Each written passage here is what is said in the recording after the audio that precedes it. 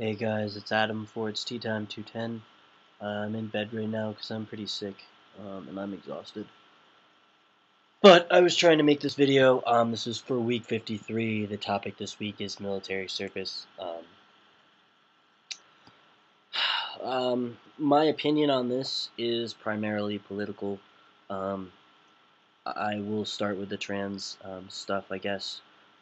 So I think in this day and age we should not be drafting just men, especially when we have drones and half the time you just push a button.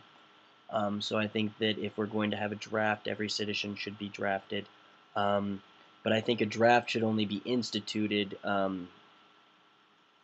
a point in time where we in this country are actually in danger, instead of like with Vietnam, when that was all about a bunch of malarkey and communism and that type of jazz. It was all about corporations, honestly, and it really didn't have anything to do with our safety as a country. Um, and that's what I think drafts should be used for. I think that it's completely reasonable to require all of your citizens to defend your nation, should the time and need arise. Um, I do think that it is ridiculous to discriminate against gay, trans, lesbian, alternate sexuality people. If you want to serve and you want to go and learn how to fight and defend this country or be part of the military, you should be allowed to do so, regardless of race, color, creed, sexual orientation, gender identity, whatever. I think that although it's not as common to be seeing gay people let go from the military, it's still happening. Um, and I do know I have a couple of friends that are gay and in the military, and I'm concerned for them. Um, I'm not concerned that the military is just going to drop them. What I am concerned is the military is going to put them in a situation, and then afterwards, after when they're asking for help with overcoming a trauma or overcoming a disease or war wounds or something like that, and just drop them on their ass, like we do with a lot of our vets, and just play the gay card then. So I really think we need a system that's a little more fair, that respects people's right to devote their time, their service, and put their lives on the line. I respect the crap out of the troops we do have overseas, but I do not respect anything having to do with any of the wars we've been in.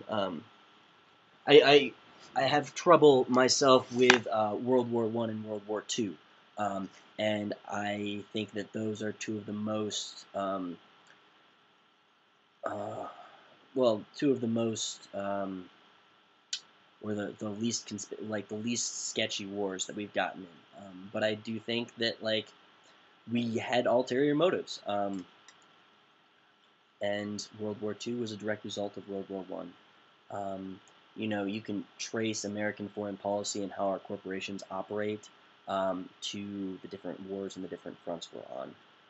We send troops when it is economically and good for us, our country. We're not about helping others.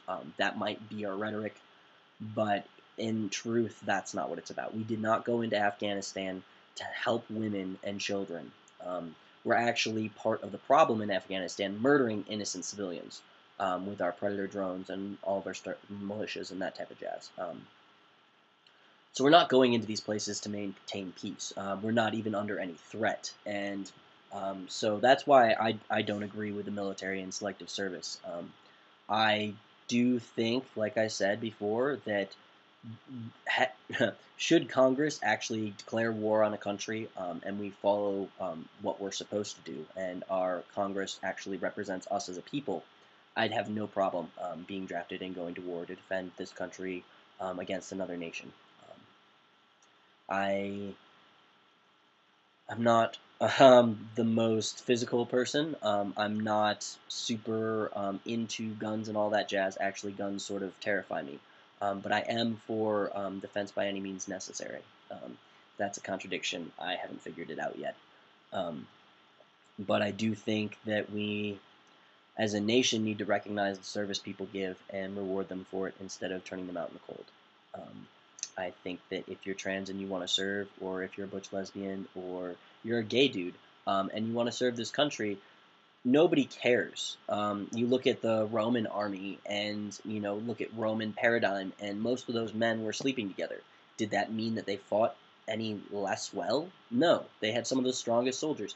I mean, they've done studies to prove that our gay men and women and our queer or whatever gender identity people in the service actually put like their heart and soul into it and work their ass off and keep these secrets to maintain to keep doing what they want to do. And I don't think we should make it that difficult for them. I think they deserve our respect, especially when they're willing to put their lives on the line. I just don't agree with any of the wars we've been in since the Korean War. I have a hard time wrapping my head around World War I and II. But I also wanted to mention that even if you are drafted through selective service, that doesn't necessarily mean you have to go be a soldier. Um, we do have, special positions for different people. If you're a doctor, they want you in the medics, but they don't want you shooting a gun on the field. Um, and actually, if you're interested, there's this really great story about this gentleman, Desmond Doss, who was a World War I hero. He got like the highest honor, and he refused to carry a weapon. He was ridiculed and cursed in boot camp. He carried a pocket-sized Bible, and he would read a scripture all the time. His religious beliefs forbade the taking of lives, so he did what he could to save the lives of everyone else.